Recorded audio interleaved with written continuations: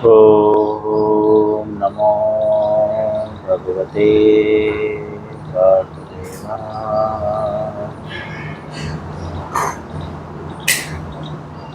ॐ नमो भगवते वासुदेवाय।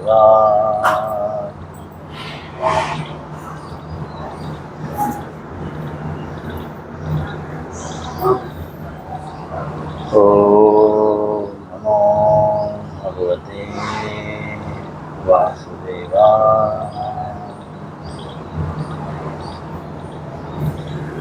भगवद गीता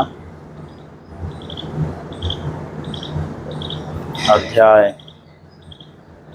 6वां, श्लोक 8। इसके पहले भी हम श्लोक 8 पे चर्चा कर चुके हैं। पुनः आज हम उसी श्लोक पे चर्चा करेंगे।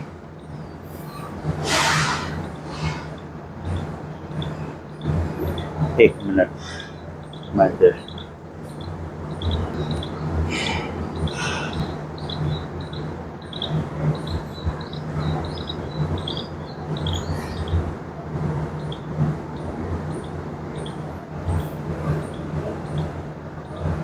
सभी लोग भगवद गीता अपने सामने रखें और मेरे पीछे श्लोक दोहराने का प्रयत्न करें।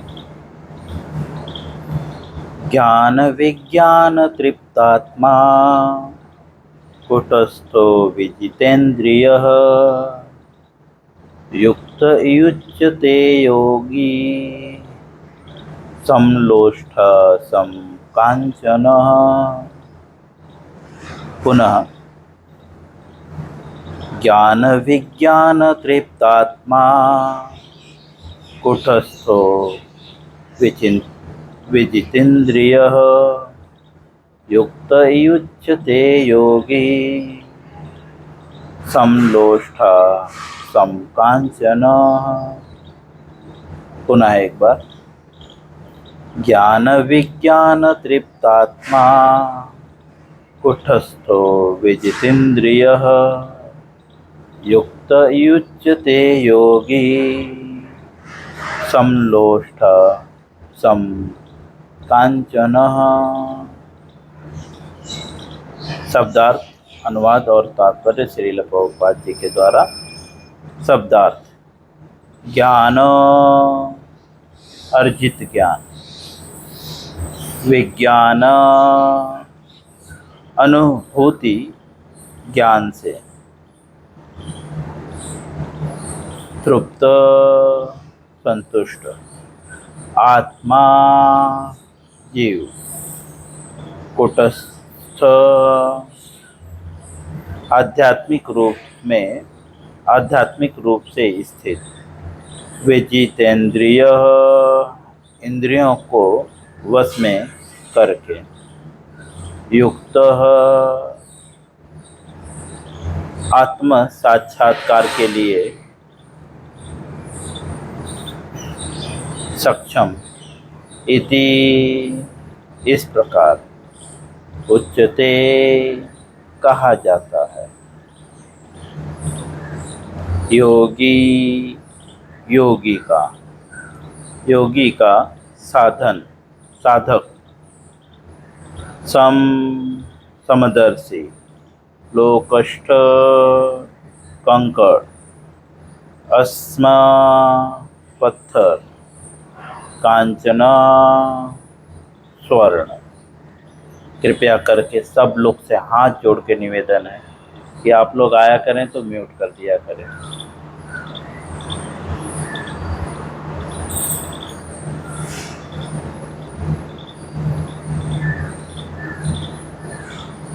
कृपया करके सब लोग म्यूट करते हैं। इससे मेरा भी समय व्यर्थ होता है और आपका भी समय व्यर्थ होता है।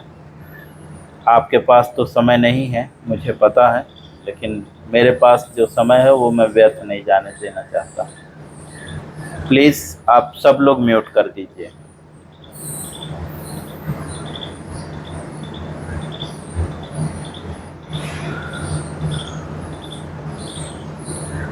यह ऐसा दर्शाता है कि बस हम लॉग ऑन हो चुके हैं, बाकी हमारा ध्यान उस पे नहीं है।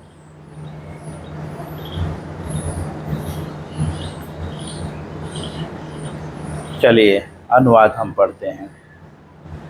वह व्यक्ति आत्म साक्षात्कार को प्राप्त तथा योगी कहलाता है। वह व्यक्ति मतलब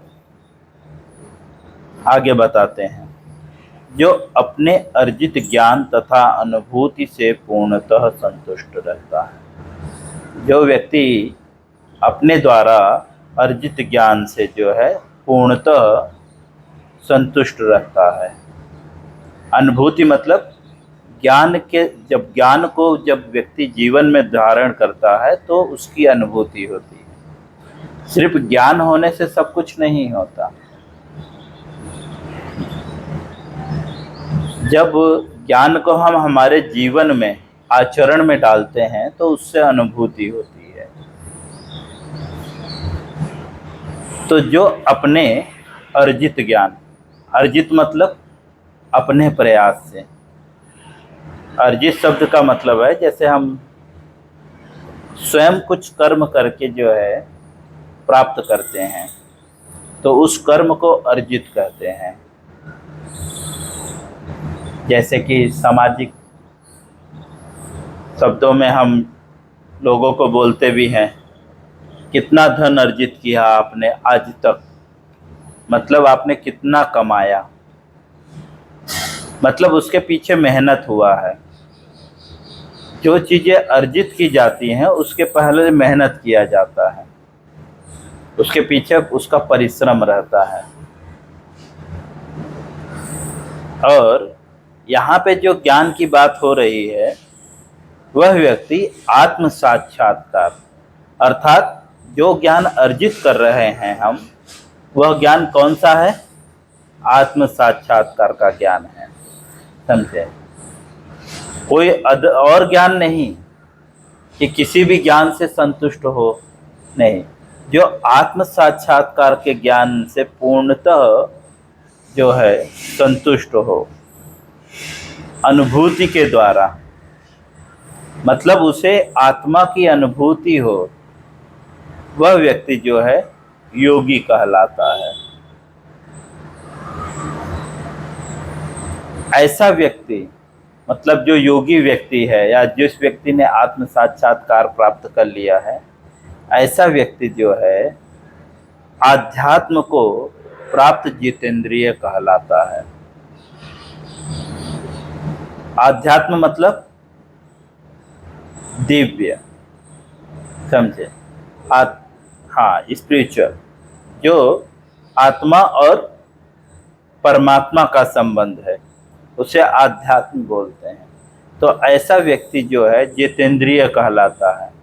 जितेंद्रिय मतलब इंद्रियों को जीतने वाला। जैसा कि पिछले श्लोक में बता चुके हैं, जिसने मन को जीत लिया है, तो मन को किसने जीत लिया है? तो उसका उत्तर यहाँ पे दे रहे हैं, जिसने अर्जित ज्ञान और अनुभूति से पूर्णतः संतुष्ट हो। भगवत गीता जब भी ज्ञान की बात करता है तो उसका तात्पर्य होता है आध्यात्मिक ज्ञान, अर्थात आत्मा और परमात्मा संबंधी ज्ञान।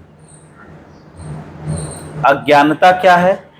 इस शरीर को ही सब कुछ मानना और इस शरीर से ही संबंधित प्रत्येक वस्तु को सिर्फ शाश्वत मानना ही अज्ञानता है। और ज्ञान क्या है? हम आत्मा हैं, यह ज्ञान है। हम भगवान श्री कृष्ण के दास हैं, जीवेर स्वरूप है नित्य कृष्ण दास। इसे जो पूर्णतः जानता है वह वास्तविक ज्ञान है, वह वास्तविक बुद्धिमान है, या वही व्यक्ति ज्ञानी है। तो ऐसा ज्ञानी व्यक्ति जो है जितेंद्रिय होता है।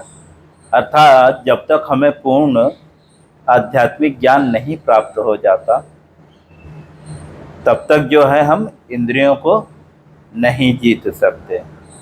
और ज्ञान प्राप्त करने के लिए क्या प्रक्रिया है? तो भगवत गीता के 4थे अध्याय में तत्विद्धि परिप्रातेन परिप्रश्नेन सेवयः उपदिच्छन्ति ते ज्ञानम ज्ञानेन तत्वदर्शिनः। 4थे अध्याय में है, 3रे अध्याय में है। मैंने कल कोट किया था। कौन से अध्याय में है?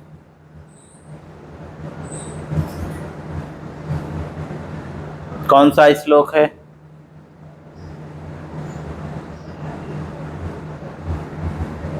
कौन सा श्लोक है? 34 श्लोक। 4थे अध्याय के 34 श्लोक में तत्विद्धि परिप्रातेन परिप्रश्नेन सेवयः उपदिच्छन्ति ते ज्ञानम ज्ञानेन तत्वदर्शिनः। वहाँ पे बताते हैं कि ज्ञान प्राप्त करने के लिए आपको किस प्रक्रिया से गुजरना है। तो बताते हैं गुरु के पास जाना है, विनित भाव से गुरु के पास जाना है, अहंकार रहित होकर। विनित मतलब तीर्णादपि सुनीचेन तरोरिव सहिष्णुना अमानिना मान देना कीर्तनेय सदा हरि। यह विनित के लक्षण है। तीर्ण के समान सरल होना चाहिए। तीर्ण मतलब घास के समान। घास के ऊपर पैर रख दीजिए तो वह घास तुरंत दब जाता है। तरोरिव सहिष्णुना, सहिष्णु कैसे होना चाहिए? पेड़ के समान, समझे? जैसे पेड़ सर्दी गर्मी धूप छांव तो भी वो खड़ा रहता है डट के, है ना? ऐसा नहीं बोलता थोड़ा लेट जाता हूँ बैठ जाता हूँ, है ना? बिल्कुल नहीं। अमानी न मान देना, जो व्यक्ति हमें रिस्पेक्ट नहीं दे रहा है उसको भी क्या देना? मान देना। कीर्तनेय सदा हरि, सदा जो है भगवान के नाम का कीर्तन करते रहना। ये जो है विनित भाव के लक्षण है। और विनित भाव से गुरु के पास जाना है। ठीक है, गुरु के पास जाकर क्या करना है? सेवा करते हुए जिज्ञासा करनी है। ऐसे नहीं कि बस पहुंच गए गुरु जी मुझे आपसे कोई प्रश्न है। सेवा करना है पहले, गुरुदेव कुछ सेवा है, उसके बाद जो है जिज्ञासा करनी। तब जो है तत्वदर्शी। तत्वदर्शी मतलब जो तत्व को जानता है। तत्व क्या है? आत्मा और परमात्मा। जो आत्मा और परमात्मा के विषय को जानता है, जिसे स्वरूप सिद्ध भी कहते हैं। तब स्वरूप सिद्ध व्यक्ति जो है तुम्हें ज्ञान प्रदान करेंगे। यह ज्ञान प्राप्ति करने के लक्षण हैं। क्या ज्ञान प्रदान करेंगे? तो भगवान बोल चुके हैं 4थे अध्याय के, उसके पहले ही बोल चुके हैं, समझे? जन्म कर्म चमे दिव्यम, मेरे जन्म कर्म को जो आपको बताएगा वह जन्म कर्म चमे दिव्यम मे वयोवृत्ति तत्वतः त्यक्त्वा देहम पुनर्जन्मम नेति मामेति सो अर्जुन। हे अर्जुन, तब तत्वदर्शी व्यक्ति जो है, तब स्वरूप सिद्ध व्यक्ति तुम्हें जो है मेरे जन्म कर्म को बताएगा। और जिस जन्म कर्म को जानने के बाद तुम त्यक्त्वा देहम पुनर्जन्मम, ये शरीर को छोड़ने के बाद दोबारा ये शरीर धारण नहीं करोगे, तो कहाँ जाएंगे? मेरे लोक को। त्यक्त्वा देहम पुनर्जन्मम नेति मामेति सो अर्जुन। हे अर्जुन, तुम उस परम धाम को प्राप्त करोगे, समझे? जिसे आध्यात्मिक लोग मेरे धाम को प्राप्त करोगे, भगवान के धाम। भगवान का धाम कहाँ है? गौलोक। और ये सिर्फ ज्ञान होने से नहीं, उसकी अनुभूति भी करनी पड़ेगी। अर्थात उसको जीवन में लाना भी पड़ेगा। यह नहीं कि हम बस पढ़ लिए, जान लिए, भगवत गीता के 700 श्लोक याद हो गए, समझे, भगवान की सारी लीलाएं हमें याद हो गई, भागवतम के जो है सारे श्लोक हमें याद हो गए। यह नहीं, उसकी अनुभूति करनी पड़ेगी। और अनुभूति के लिए क्या करना पड़ेगा? प्लीज म्यूट करके रखें। अभी आप बहुत लेट आए हैं तो भी म्यूट कर दीजिए जी, थैंक यू।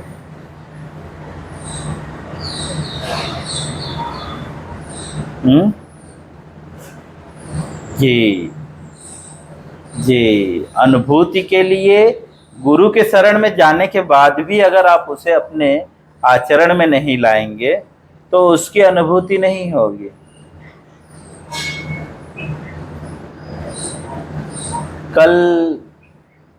कल एक भक्त से मैं मिला, कंठी माला धारण किए हुए थे,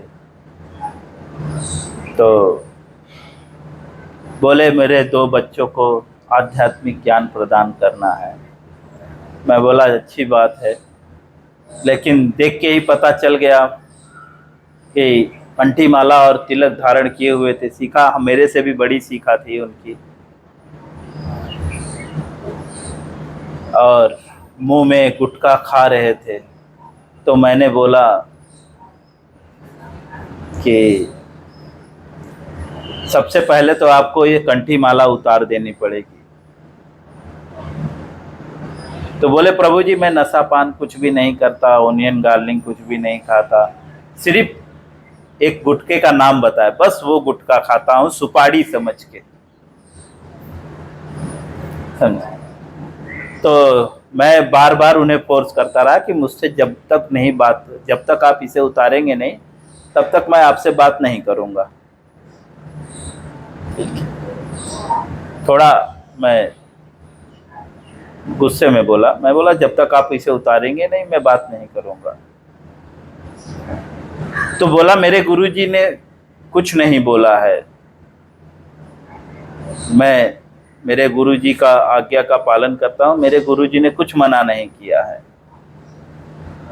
तो गुरु फिर बाद में थोड़ी देर बाद गुरु को पता ही नहीं है। फिर थोड़ी देर बाद बोले गुरुजी ने तो बोला तो है लेकिन मैं धीरे धीरे छोड़ दूंगा। मैंने बोला बट मैं ऐसा नहीं हूँ, पहले छोड़ना पड़ेगा और कुछ साल तक जब तक मैं नहीं बोलूँगा तब तक आप कंठी माला नहीं धारण कर सकते। तो क्या है कि गुरु ने तो आज्ञा तो दिया लेकिन हमने उसे अपने जीवन में धारण नहीं किया, तब उसकी अनुभूति नहीं होगी। गुरु आपको पानी में घोल के पिलाने वाला नहीं है ना। गुरु सिर्फ मार्गदर्शन देता है, आपको कर्म आपको करना है। अगर आप गुरु के बताए गए मार्ग पे जब चलेंगे तब जाकर आप जो है ज्ञान की अनुभूति करेंगे, समझे। ज्ञान की अनुभूति मतलब आत्मा और परमात्मा के संबंध की अनुभूति करेंगे, और जब संबंध की अनुभूति करेंगे तो त्यक्त्वा देहम पुनर्जन्मम, फिर दोबारा ये शरीर को छोड़ने के बाद इस संसार में नहीं आएंगे। उसी को आगे बताते हैं। वो व्यक्ति जितेंद्रिय, तब स्वाभाविक ही उसकी इंद्रियां उसके वश में होने लगेंगी। इसीलिए जो है हम सुबह जब गुरु पूजा गाते हैं इस्कॉन में, भगवान के दर्शन के बाद गुरु पूजा, गुरु की पूजा होती है, तो उसमें लाइन आता है गुरु मुख पद्म वाक्य चिते ते करिया आय आर न करिया मन आशा, कि गुरु जो बोल रहा है गुरु मुख पद्म वाक्य, गुरु के मुख का जो वाक्य है चिते ते करिया आय, चित्त मतलब ध्यान पूर्वक सुनना, आर न करिया मन आशा, और कोई भी आशा नहीं करना है। तब जब आप गुरु के आदेशों का पालन करने लगेंगे तो आपको इंद्रियों को कंट्रोल करने की जरूरत नहीं पड़ेगी। धीरे धीरे खुद ही आप जितेंद्रिय हो जाओगे। जितेंद्रिय का मतलब आप जो चाहोगे वही इंद्रियां करेंगी। अभी तो इंद्रियां जो चाहती है हम वो करते हैं, राइट।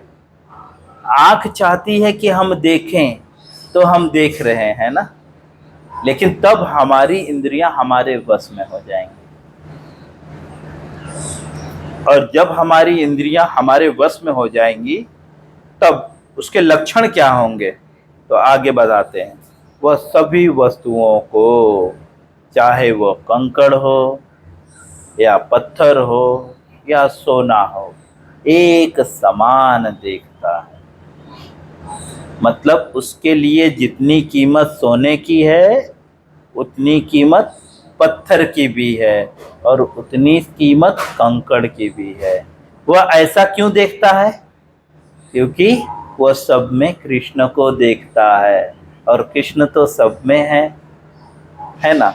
तो जब वह सब में कृष्ण को दिखता है तो उसके लिए सब बहुमूल्य हो जाते हैं, समझे।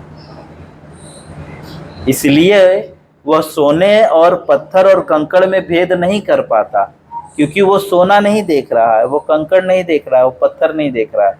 क्या देखता है? कृष्ण को देखता है। वह कृष्ण को देखता है, हर जगह कृष्ण को देखता है, तो इसलिए वो भेद नहीं कर पाता।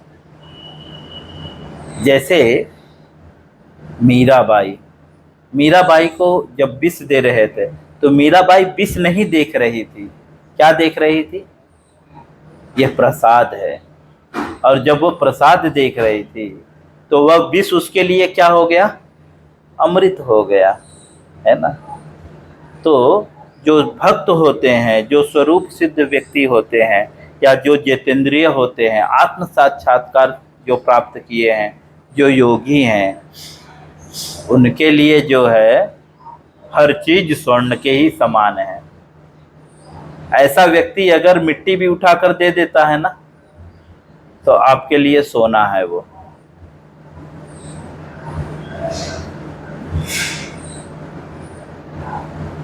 आगे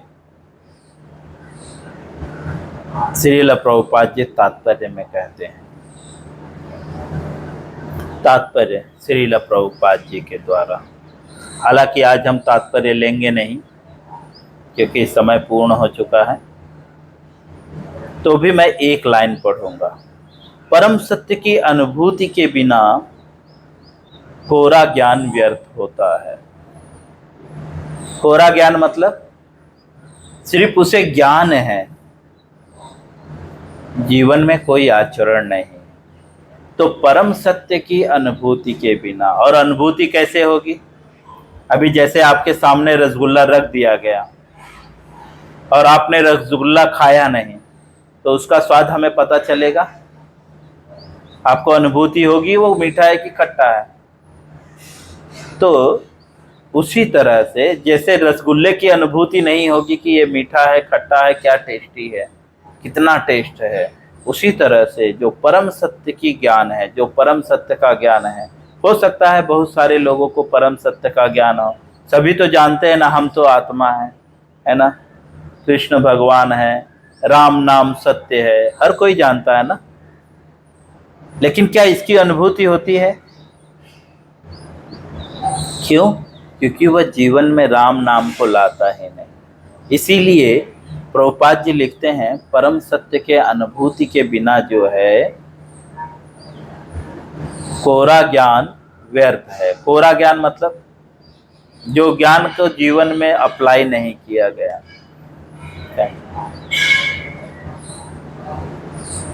वह ज्ञान व्यर्थ है। भक्ति रसामृत सिंधु में 1 पॉइंट मतलब पहले स्कंद के दूसरे अध्याय के 234 श्लोक में कहते हैं, क्या कहते हैं? अतः कृष्ण नामादि न भवेद ग्राही इंद्रिये सेवा मुखोधि विवादो स्वमेव स्फुरत्यदः। अर्थात कोई भी व्यक्ति जो है अपनी दूषित इंद्रियों के द्वारा कृष्ण के नाम, रूप, गुण तथा उनकी लीलाओं के दिव्य प्रकृति को नहीं समझ सकता। ऐसा भक्ति रसामितु सिंधु में कहते हैं। इसके ऊपर हम कल चर्चा करेंगे। हरे कृष्णा। इससे संबंधित किसी का कोई प्रश्न है तो वो मुझे पूछ सकता है।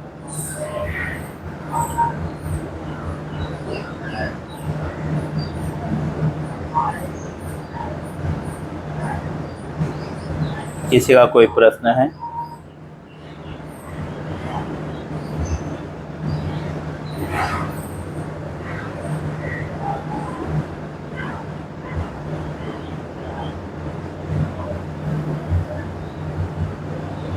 सब क्लियर हो गया? श्लोक समझ में आया?